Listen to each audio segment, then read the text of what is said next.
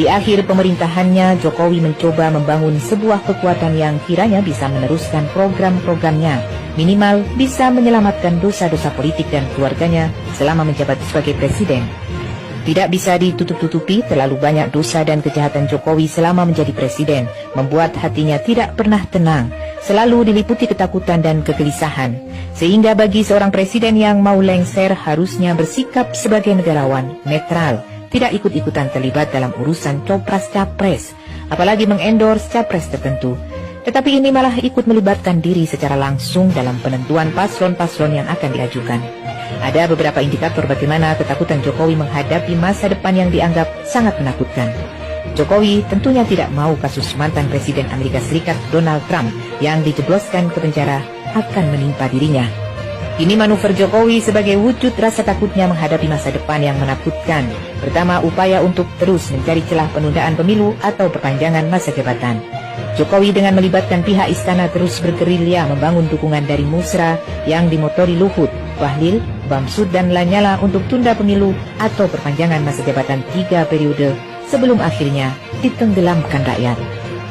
Kedua, skenario yang maju nyapres hanya 2 paslon supaya mudah dibuat kecurangan oleh KPU atas orderan oligarki Taipan. Jika hanya 2 calon, perolehan suara bisa diputar balik seperti yang terjadi di tahun 2019. Yang menang jadi kalah, yang kalah jadi menang. Tapi dengan majunya 3 calon, otak-atik data semakin sulit. Tapi sepertinya skenario ini juga gagal. Ketiga, skenario agar semua calon terjadi all Jokowismen. Dari awal Jokowi sangat tidak suka dengan majunya Anies. Karena Anies akan menggagalkan semua mimpi Jokowi, maka Anies harus dijegal untuk tidak maju. Berbagai upaya yang dilakukan Jokowi terhadap KPK, KPU, dan pembegalan Partai Demokrat Muldoko. Tapi sepertinya langkah ini juga akan berantakan karena Anies akan lolos untuk nyapres. Keempat, kasus kilometer 50. Jika Jokowi lengser, hampir dipastikan akan diusut lagi.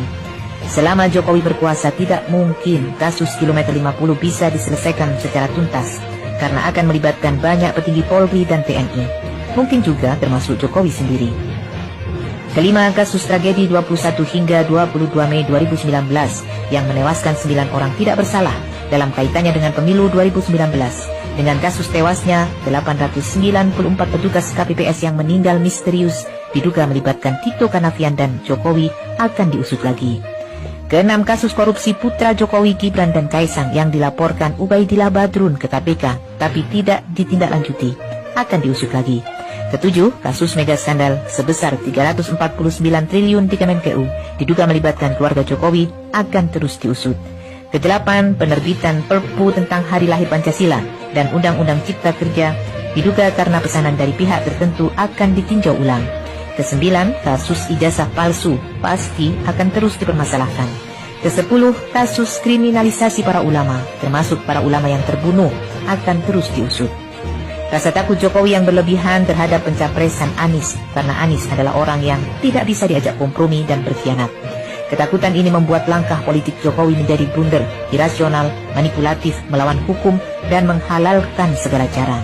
Dalam keadaan panik dan skeptis, Jokowi terpaksa mengalihkan gantungannya kepada Prabowo yang dianggap bisa menyelamatkan dirinya. Tapi Jokowi belum begitu percaya dengan Prabowo. Selain Prabowo bukan tipe orang yang mudah manut, elektabilitas Prabowo juga secara real rendah. Dalam situasi galau ini, Prabowo coba menempel terus Jokowi agar Jokowi bisa lebih nyaman dan percaya pada dirinya. Dalam keadaan bimbang, Jokowi membuat langkah baru, yaitu membentuk koalisi besar partai-partai koalisi pemerintah, karena Jokowi mengendus akan adanya pembelotan dari koalisi KIB untuk mendukung Anies. Terbentuknya koalisi besar seolah bisa memastikan kemenangan melawan Anies. Padahal gerbong-gerbong partai koalisi pemerintah, Golkar, PAN, P3, Gerindra, dan PKB sudah ditinggalkan penumpangnya. Secara persyaratan ambang batas tentu saja sangat melebihi dari 20%, tapi secara jumlah dukungan anjlok. Jika semua partai koalisi digabung tinggal 15% karena yang 85%-nya sudah mendukung Anies. Sadar akan realita ini, berapapun besarnya partai koalisi pro Jokowi dipastikan akan kalah melawan Anies. Sedangkan untuk melakukan kecurangan jika paslonnya 3 dan selisih suara terlalu jauh, sulit dilakukan kecurangan. Satu-satunya cara untuk bisa memenangkan paslon dukungan Jokowi adalah Anies jangan nyapres. Itulah sebabnya kenapa Jokowi mengambil langkah bodoh dan memalukan dengan menyuruh Ketua KPK Firly Bahuri untuk tetap mentersangkakan Anies dan si Kurawa Muldoko untuk membegal Partai Demokrat. Langkah kedua manusia durjana ini sangat bodoh, memalukan dan biadab. Semoga kemenangan